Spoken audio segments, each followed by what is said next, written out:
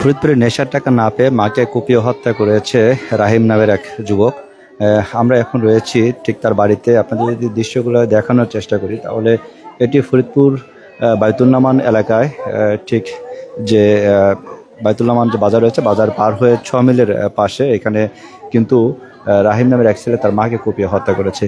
এবং আমরা এখানে যারা রয়েছে তার বোন, এবং আপনারা যদি দেখানোর চেষ্টা করি, একটু হৃদয় বিদারক ঘটনা, তার পরিবারের কান্না করছে। আসলে পুরো বাড়িতে কিন্তু শোকের মাতম বইছে।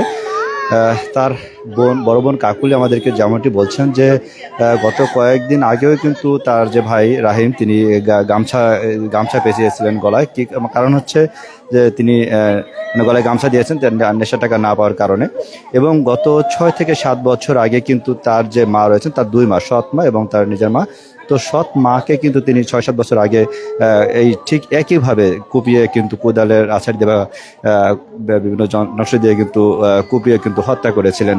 এবং তারপরে তাকে কিন্তু জেলে নেওয়া হয়, এবং জেলে যাওয়ার পরে কিন্তু তিনি জেলে ছিলেন প্রায় 2 বছর। 2 বছর জেল পাওয়ার পর কিন্তু গত বছর তিনি জামিনে বের হন।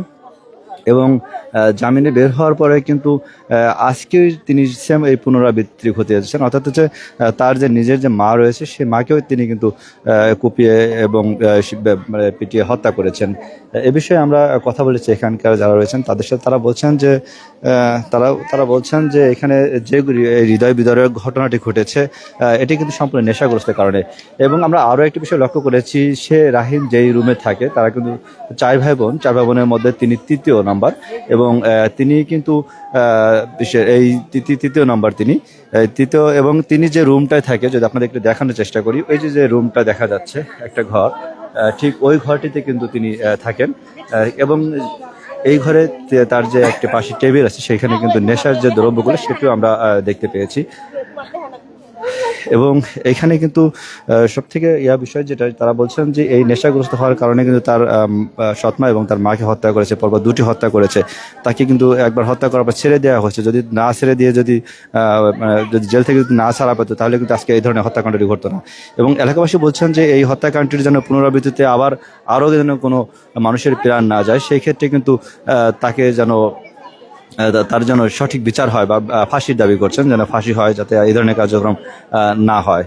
বিশেষ করে আরও একটা বিষয় আমরা লক্ষ্য করছি, তিনি কিন্তু এই কিছুক্ষণ আগে, অর্থাৎ প্রায় 1 থেকে 2 ঘন্টা আগে এই তার মাকে হত্যা করেছেন। এবং করার পরে কিন্তু পাশের যে প্রতিবেশীরা, অর্থাৎ এই পাশের যে একটি বিল্ডিং রয়েছে, এই বিল্ডিংয়ে কিন্তু থেকে প্রতিবেশীরা কিন্তু দেখেছেন যে তার মাকে কীভাবে নির্মমভাবে পিটাচ্ছে এবং পিটিয়ে হত্যা করা হয়েছে। এবং তারা বলছেন তিনি কিন্তু যখনই তার মাকে হত্যা করেন, হত্যার পরে কিন্তু তিনি ঘটনাস্থল ত্যাগ করে পালিয়ে যান।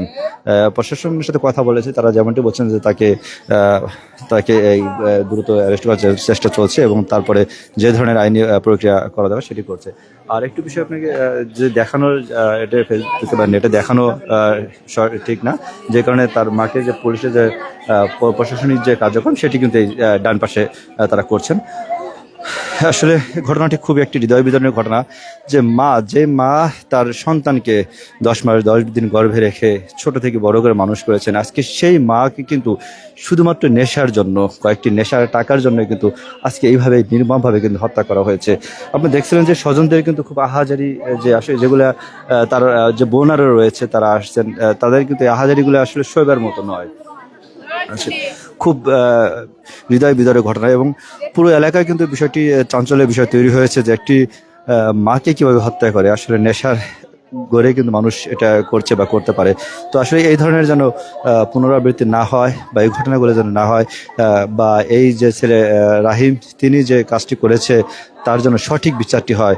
পুনরায় এর আগে যখন তাকে গ্রেপ্তার করা হয়েছিল, যেই ঘটনাটি ঘটেছে ছেড়ে দেওয়ার পরে, এটা যেন আর ঘটনা না ঘটে, তার জন্য ফাঁসি দেওয়া হয়। এই ছিল এই এলাকাবাসীর দাবি। তো ভালো থাকবেন। আসসালামু আলাইকুম।